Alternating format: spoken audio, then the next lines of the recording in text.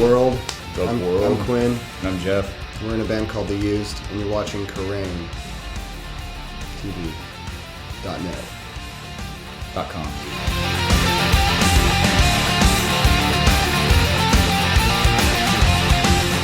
This album on Artwork, we decided to go with a new producer. It was just kind of time for us to do something new.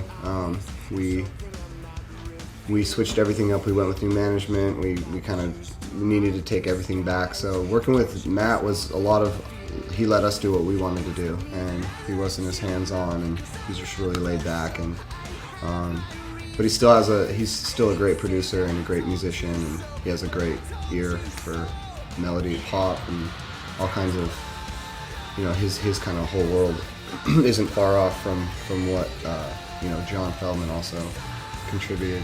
So I think the main difference between both of them really is that John's cuter, of course, and Matt's a little bit shorter than John. Really, that's what I've noticed. He looks like Seinfeld. He kind of does, actually. I hear the slap little bass thing every time he comes in the room. Slapping the bass. He's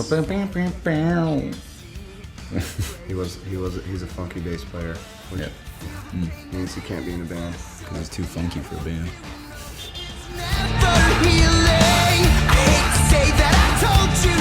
The cover kind of came around because the art director at our label, Frank, who's a super cool guy, he would come take pictures with us all the time, and we just talked about what we kind of wanted. We wanted something really stark and really strong for the cover, and he kind of came across this needle from a friend of his that had art written into it, and we thought that'd be pretty cool, and kind of talking about coming into the idea that it's like reality television and fast food and just this world, like art being just being injected into people, it's just kind of this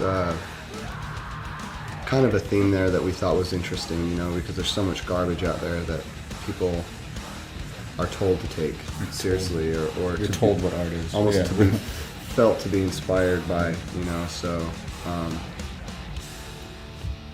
and we thought a lot of parents wouldn't like it, so even better.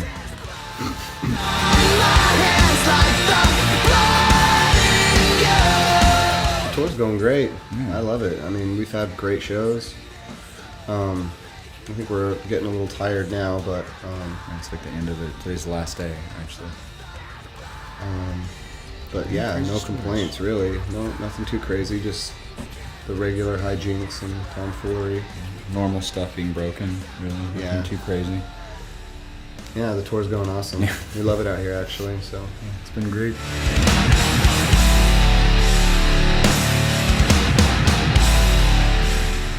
Personally, when that tour was over, we were pretty much done with our past, with our management. Cut and dry. And as soon as we got off Taste of Chaos, we were like, all right, we're going to go right in and things have got to change. So we went and we got a house in LA, rented, and we just worked as hard as we could and pretty much wrote the album in like 2 or 3 months, basically. I'd say about 80% of it. And so, it kind of pushed us to try and just take our own path and start doing things the right way, the way that we wanted them to be, because it's really got skewed after a while. I mean, we kind of broke a scene of bands, and then everybody followed around us, and it seemed like everybody kind of jumped on from the beginning with us, but also kind of like used that, no pun intended, to like make money and to gather that. So like, we kind of thought it wasn't about us anymore. It was about something else. So it definitely helped us to get our heads on straight and do what we wanted to do. Artwork is a lot. It's a lot more of a definitive sound of the band, from the band. It's more sincere. It's heavier. There's the writing is I think at its lyrically is at its peak. Everything's just really direct and honest, and the sound and everything behind it was, really our conception. It was a lot like our first album, which was really ours. And then you know, following after that, it was kind of to chase ourselves, kind of what we had created, I think, a little bit. But I think you're right. yeah, It's definitely the most honest feeling record. You know, it's the most live record that we've ever done. Like the first one seemed live because we were kind of writing it for live at the same time, because we were just writing because that was it. But it seems like this one really is just a live record. Like this whole record is so much better live than it is recorded almost, because it's like an anthem. Like you can sing every single song to the record, and it's so easy to sing to, you know? It's so easy to get into, I feel. it's a lot bigger of an album, I think, than the other. Yeah, for sure.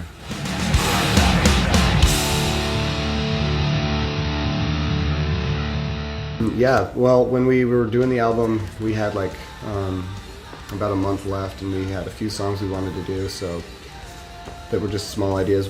One of them was Empty With You, and the other was Blood on My Hands.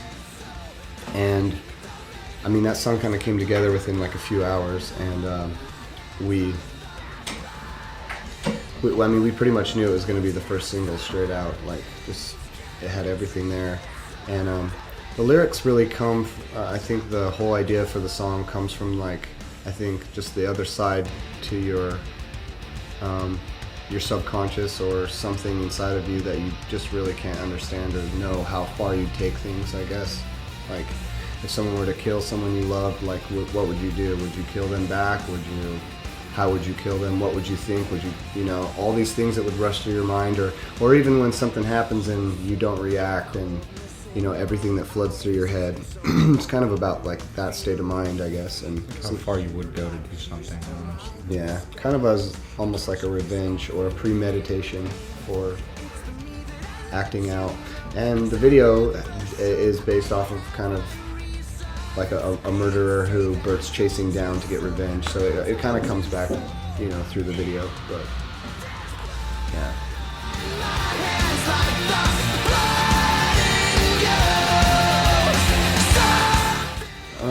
I think the future is just going to be, I don't know, speaking for me, is just going to be a lot more finely tuned. We're a lot tighter as a band, so I think that, I mean, we're going to try and go as hard as we can,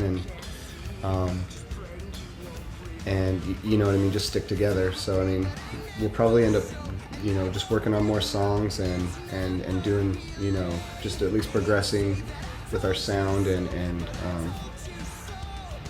just traveling the world and having fun. That sounds exactly what I was thinking. Yeah, it's kind of like unknown, really, but I think that we're a lot tighter of a band, and we've learned to endure a little bit better with, like, the, you know, with touring and relationships and all that stuff. So I think that, you know, there's some stability there to go strong. So we're good. It's really just about getting better. Yeah. How do you find the UK playing on just being It's fun. I mean, it's fun. I enjoy traveling, and I enjoy being in new places, you know, and the food, and just the experience of being wherever. So, I mean, I always have fun, you know? And the fans here are great. Yeah, Like, we have great fans everywhere.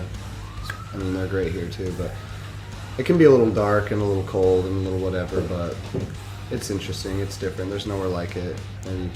Maybe Seattle, the weather, maybe. it seems like people in UK too, at least, even in Europe, like UK and Europe compared to the US, it's like, in the US, like, you can like a band till it gets to a certain point, and then if you still like that band, you're lame.